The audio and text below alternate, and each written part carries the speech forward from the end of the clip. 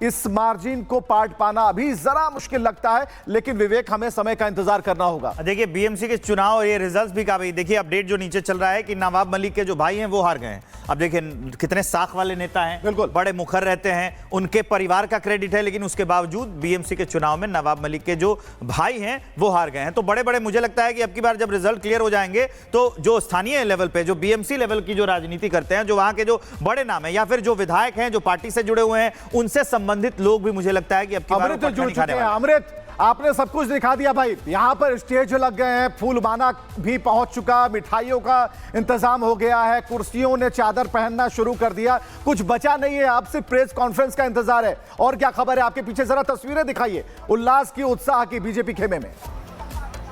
बिल्कुल बिल्कुल, मैं आपको तस्वीरें दिखाऊं, ये तैयारियों की आप तस्वीर देखिए, लेकिन ये कॉन्फिडेंस यूं ही नहीं है। ये कॉन्फिडेंस इस वजह से है क्योंकि मोदी फैक्टर और डबल इंजन नैरेटिव है। ये कॉन्फिडेंस इसलिए है क्योंकि शिंदे सरकार की रियल पावर है, पब्लिक को पता है कि सरकार में कौन है, कौन काम कर सकता है। ये कॉन्फिडेंस इसलिए है क्योंकि इंफ्रास्ट्रक्चर बनाम यहाँ पर कई चीज़ें जो मेट्रो से लेकर तमाम चीज़ें, उसे लेकर जनता को उम्मीद है। ये कॉन्फिडेंस इसलिए है क्योंकि मराठा वोटर्स में बिखराव करने की कोशिश की गई और उसके बाद सब एकजुट हुए, ग्राउंड पर इन्होंने काम किया है, ग्राउंड पर उद्धव ठाकरे नजर नहीं आए। ये कॉन्फिडेंस इस वजह से, ये कॉन्फिडेंस इस वजह से है क्योंकि ग्राउंड कनेक्शन उद्धव ठाकरे का बन ही नहीं पाया, चाहे वो मुख्यमंत्री रहे हो या इसके बाद आप इस चुनाव की बात करें। चलिए यहां पर रुकते हैं आपको, और एक बड़ी खबर आ रही है यहां पर, और जो नंबर से देखिए कैसे बदल गए हैं। ये शतक की पारी, शतकीय पारी बीजेपी प्लस के खाते में, यूबीटी 64 पर अटकी रही, देखती रह गई, लेकिन बीजेपी प्लस के खाते में 100 यानी शतक यहां लगा दिया है। तो नागपुर के वार्ड संख्या 35 से बीजेपी की जीत हुई,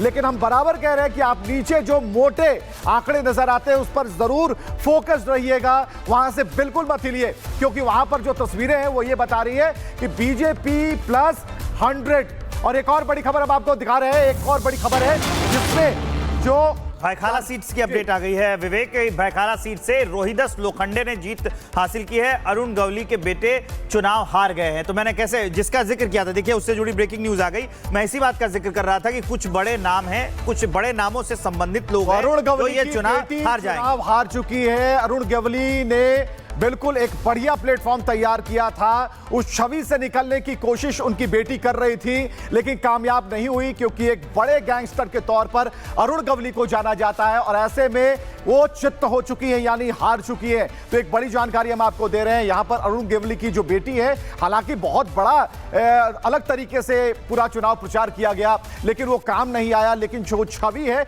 वो बनी रही, यानी कि आम जनता ने ये ठान लिया है, हमें साफ सुथरा चाहिए, कहीं कोई मिक्सिंग नहीं चाहिए, कहीं कुछ बनावटी नहीं चाहिए। और इस बात का नतीजा है कि अरुण गवली की बेटी हार चुकी है। नागपुर में बीजेपी की एक और जीत, एक और बड़ी खबर आ रही है, नागपुर में बीजेपी की एक और जीत हुई है, वार्ड संख्या 35 से बीजेपी की जीत तय हो गई, और ये 100 का आंकड़ा सामने आ गया है। विवेक, बिल्कुल, मैं आपको आंकड़ा बता देता हूं, आप अपनी टीवी स्क्रीन देखिए जिसके आगे आप बैठे हुए हैं। बीजेपी 100 सीटों पर, बीजेपी प्लस का मतलब है कि बीजेपी और शिंदे गुट की शिवसेना का ये रिजल्ट है, 100 से ज्यादा सीटों पर आगे चल रही है। ये रुझान हम आपको बता रहे हैं। यूबीटी प्लस जहां लिखा है, मतलब जो उद्धव गुट की शिवसेना है और जो मनसे है, महाराष्ट्र नवनिर्माण सेना, राज ठाकरे वाली, उन दोनों को मिलाकर 64 सीटों पर वो दोनों भाई आगे चल रहे हैं। कांग्रेस अभी 11 सीटों पर आगे चल रही है। तो अगर कांग्रेस और यूबीटी प्लस को भी मिला लें तब भी 74 का आंकड़ा आता है, तब भी 25 का गैप दिखाई दे रहा है रुझानों में। और रिजल्ट्स जो सामने आ रहे हैं उससे बहुत बड़ा चलता है कि बीजेपी लगातार बढ़त बना रही है, क्योंकि बीजेपी के जो रुझान है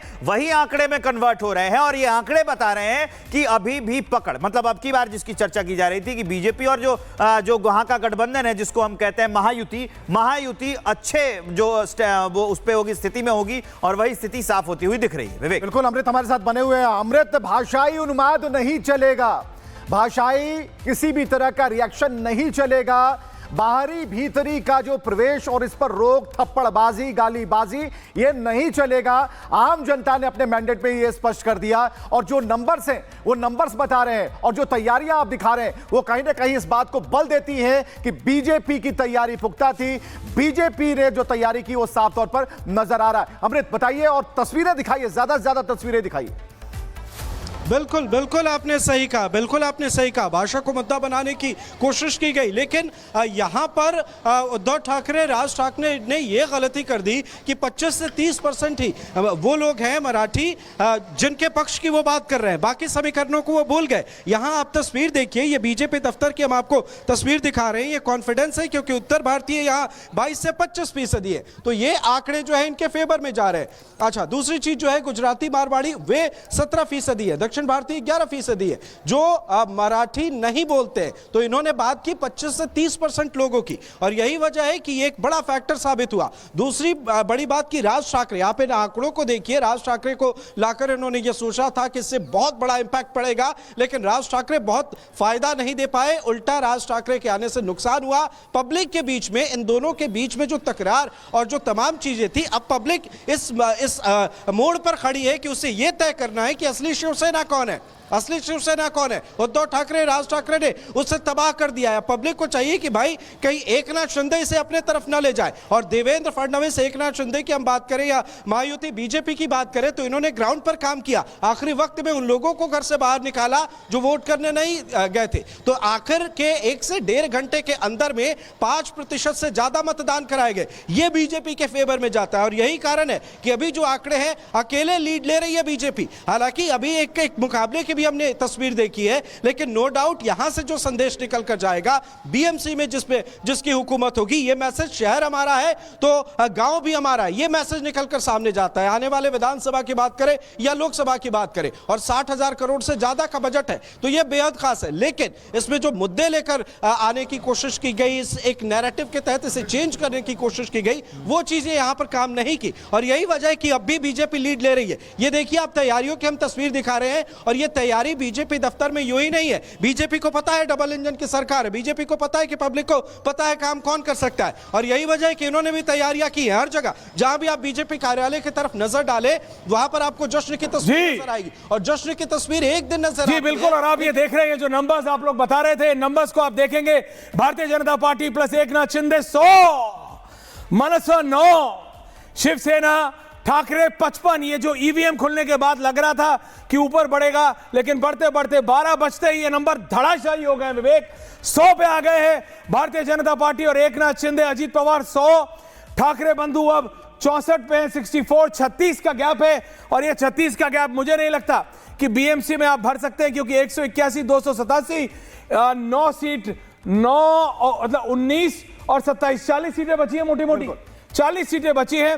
गैप 36 का है, या तो ये 40 की 40 उद्धव ठाकरे जीते, जो कि नेक्स्ट टू इम्पॉसिबल है, और अगर ये 40 नहीं जीते तो बीजेपी बीएमसी जीत चुकी है। और अब is it an end road for Uddhav Thackeray? क्या उद्धव ठाकरे का ये अंत है, राजनीतिक अंत है? और उद्धव ठाकरे को समझना चाहिए कि कुछ भी करके, कैसी भी राजनीति